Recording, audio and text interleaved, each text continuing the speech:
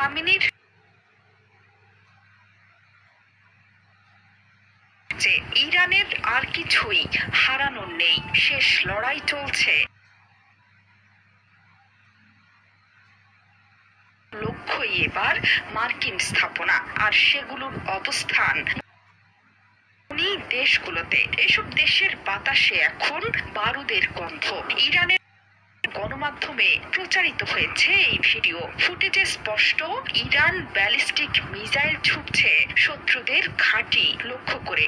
শত শত ইরানি missile, drone আর সামরিক শক্তি দিয়ে মার্কিন দেশগুলোকে চূর্ণ বিচূর্ণ করছে তেহরান। শুধু তাই নয়, ইসরায়েলের রাজধানী তেল আবিবেও আছড়ে পড়ছে ইরানি মিসাইল। বর্তমানে হাইফাতে অবস্থান করছে মার্কিন রণতরী জেরাল্ড ফোর্ড, সেখানেও চলছে ইরানি মিসাইলের তাণ্ডবলীলা। এর মধ্যে প্রথম মৃত্যুর খবর প্রকাশ করেছে ইসরায়েল।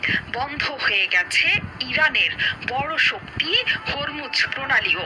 এই প্রণালী দিয়ে প্রবেশ করতে পারছে না কোনো জাহাজ।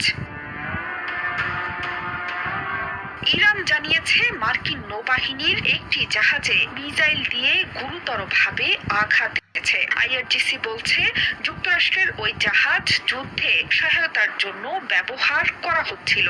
ইরানের নৌবাহিনীর ছোড়া মিসাইলের আঘাতে MST নামের ওই মার্কিন জাহাজ মারাত্মকভাবে ক্ষতিগ্রস্ত হয়েছে। শুধু তাই নয়, আইআরজিসি জোর দিয়ে বলেছে মার্কিন নৌবাহিনীর অন্যান্য যুদ্ধ জাহাজ এবং নৌযানও আইআরজিসির মিসাইল এবং ড্রোনের নাগালের মধ্যেই আছে। এছাড়া ইরান জানিয়েছে গত কয়েক ঘন্টার মধ্যে শত্রুদের 12টি যুদ্ধ এবং গোয়েন্দা ড্রোন ধ্বংস করেছে তেহরান। এর মধ্যে 5টি ইসরায়েলি হারমিস ড্রোন বলে ধারণা করা হচ্ছে। আইআরজিসির আঘাতে ধ্বংস হয়ে গেছে আমেরিকান FP-132 রাডার। এই রাডারের পাল্লা 5000 কিলোমিটার। অত্যাধুনিক প্রযুক্তির রাডার ধ্বংস করে বড় সক্ষমতার পরিচয় দিল ইরানের বিপ্লবী গার্ড বাহিনী।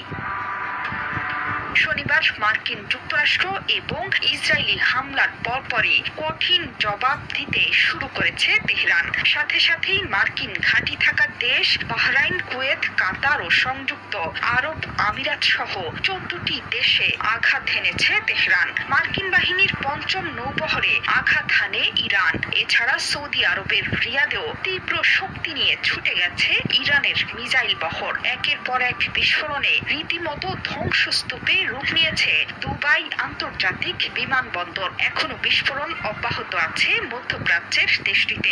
ইরানের হামলায় কাতারে আহত হয়েছেন অন্তত 16 জন। শনিবার সংঘাত শুরুর পর এই দেশটিতেই কেবল 66টি মিসাইল ছুড়েছে তেহরান।